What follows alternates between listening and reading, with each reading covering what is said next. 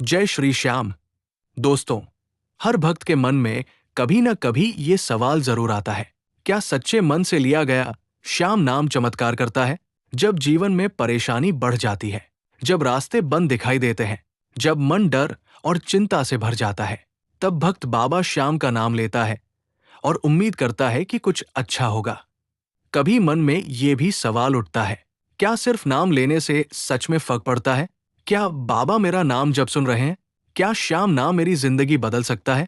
भक्तों, श्याम नाम कोई साधारण शब्द नहीं है।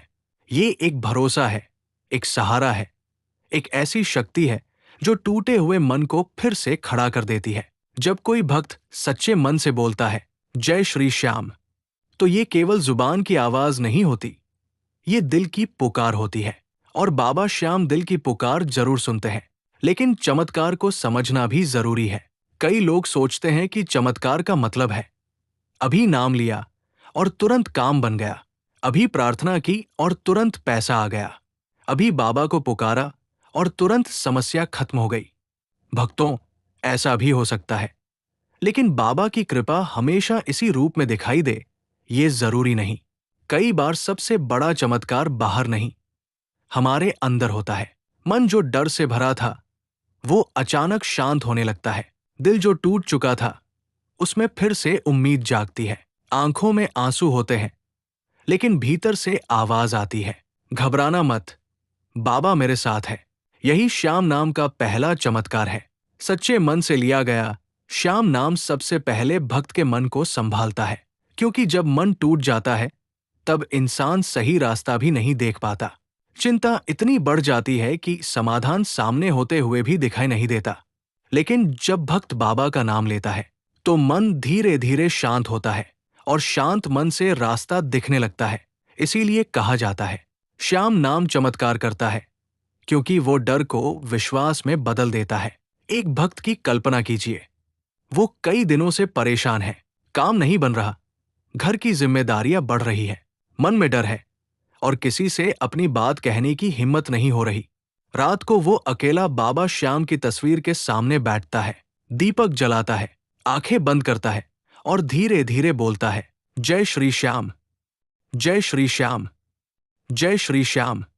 पहले उसकी आंखों से आंसू निकलते हैं, फिर मन थोड़ा हल्का होता है, फिर उसे लगता है जैसे किसी ने उसके सिर पर हाथ रख दिया हो।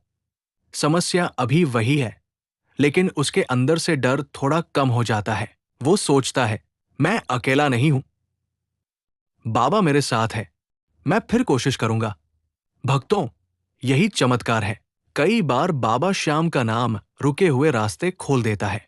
कभी सही समय पर सही व्यक्ति मिल जाता है, कभी अचानक कोई मदद मिल जाती है, कभी कोई ऐसी सलाह मिलती है जिससे जीवन की दिशा बदल जाती है, कभी कोई नुकसान होते होते बच जाता है और कभी कोई काम देर से बनता है, लेकिन इतना अच्छा बनता है कि भक्त की आंखों में आंसू आ जाते हैं।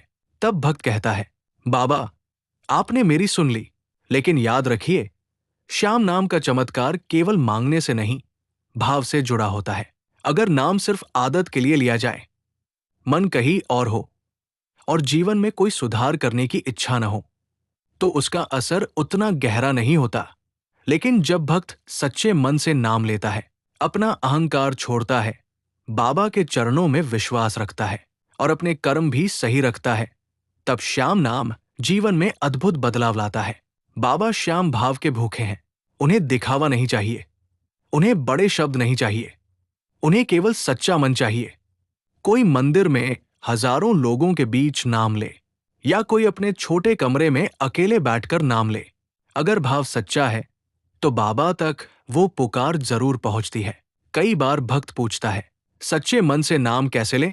भक्तों, सच्चे मन से नाम लेने का मतलब है बाबा को अपना मानकर पुकारना, बिना दिखावे के पुकारना, दुख छुपाए बिना पुकारना, और ये मानकर पुकारना कि बाबा जो करेंगे मेरे भले के लिए करेंगे। अंत में बस यही कहना चाहूंगा, सच्चे मन से लिया गया श्याम नाम चमत्कार जरूर करता है। कभी बाहर रास्ता खोलकर, कभी अंदर हिम्मत जगाकर, कभी मन को शांति देकर, कभी आंसुओं को प्रार्थना बनाकर, और कभी भक्त को ये एहसास कराकर कि तू अकेला नहीं है, मैं तेरे साथ हूं। इसलिए बाबा का नाम मत छोड़िए। परिस्थिति कैसी भी हो, विश्वास बनाए रखिए, क्योंकि जिसका सहारा बाबा श्याम है, वो हार कर भी टूटता नहीं।